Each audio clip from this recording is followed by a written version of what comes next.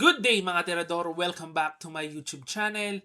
Ngayon po patuloy tayo sa pag-analyze ng mga games ko sa Singapore Open at nasa round number 5 po tayo. Ang kalaban natin dito ay si Grandmaster Siddharth Jagadish. So yan po, si Jagadish ay isang Grandmaster ng Singapore and 19 years old pa lamang yan. At yan po yung parang mga upcoming players ng Singapore. So, punta tayo sa aming naging laro. So, ito po nag-start with the D4, Knight F6, Knight F3, G6, and dito kakaiba yung ginawa ni Jagadish, nag-Knight B, D2.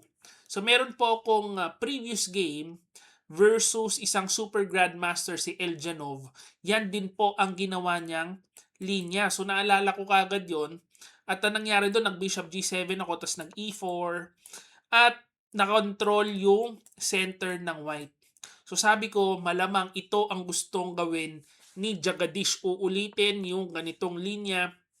So hindi po tayo pumayag. Nag-iba tayo kagad right in the opening with D4. At dito alam ko medyo nalungkot si Jagadish. Kasi ang ginawa lang niya, sinimplihan lang niya, nag-B3 lang siya eh. So pagka B3, sabi ko, masyadong basic itong opening na ito. Hindi yan yung aggressive lines dito. Kasi ang aggressive dyan, pwede siyang mag B4. Tapos mag E3. Halimbawa mag-develop tayong ganyan. E3. Tapos C4.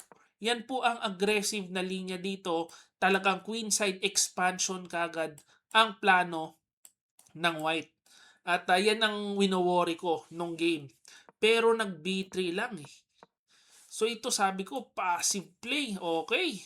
Hindi siya masyado aggressive. So Bishop G7, magkakaroon tayo ng time to develop. So castling. And dito po pagka E3, nag B6 tayo.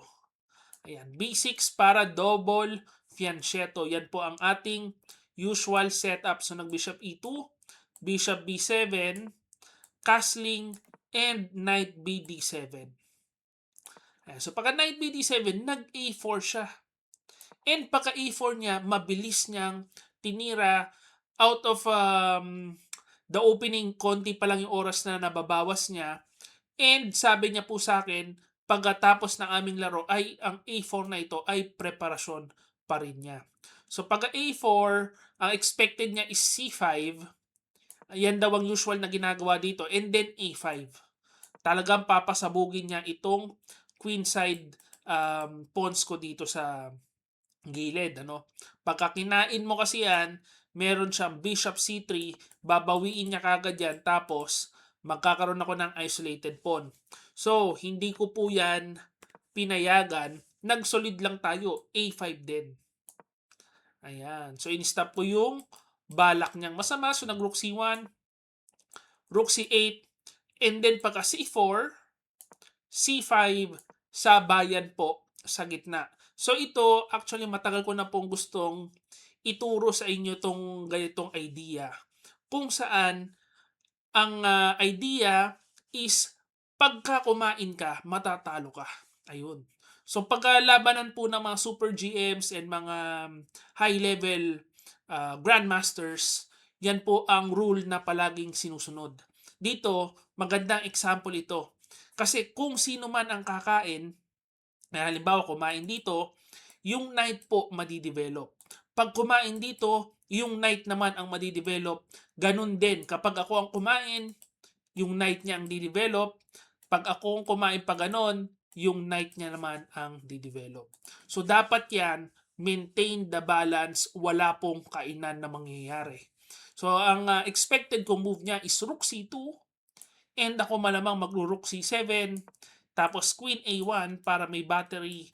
Ako mag-Queen A8, Rook FC1, and Rook FC8 with around balanced position. Baka lamang ng konti ang puti. Kaso ang ginawa niya, hindi niya sinunod yung rule na ganun ng mga super GMs eh. Bigla siyang kumain kagad. So pagkakain dyan, nakakain ako ng knight, and mapapansin nyo po, ang bilis nung talon ng knight ko, nandun kagad sa outpost. Ayan, so kumain siya ng knight c4 and knight b4 tayo. Ayan, nasa outpost na. Paka queen d2, queen c7, once again kumain siya, pero meron na siyang kasamang patibong na overdraw. Nag-offer na po siya ng draw dito. And ako, tinanggap ko na yung draw offer niya. Kasi white naman siya and mas mataas yung rating niya sa akin. Ayun, dito na po natapos ang laro. No, although, alam ko medyo lamang ako ng konti kasi una po yung knight kong naka talon-talon. So, nandito na yung knight ko nasa outpost na, although siya, pwede rin naman siyang humabol after a couple of moves pa.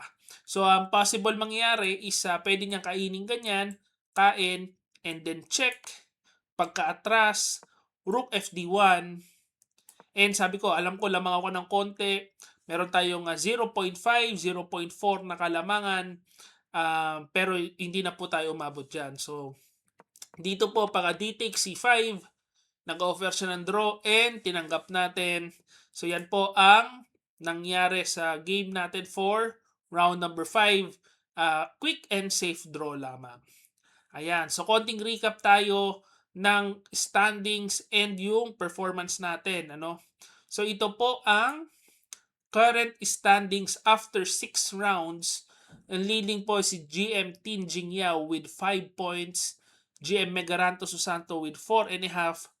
And yung Chinese po na si Wang Tongsen with 4.5. Tapos sa Pinoy naman, leading po ay si IM Concho with 4 points. GM Kison with 4 points. Tayo, right behind with 3.5. And si GM Lilo also 3.5. So meron pang last 3 rounds remaining. Tingnan po natin kung anong mangyayari dyan. Ipapakita ko na lang din ang ating performance. So currently, 3.5 out of 6.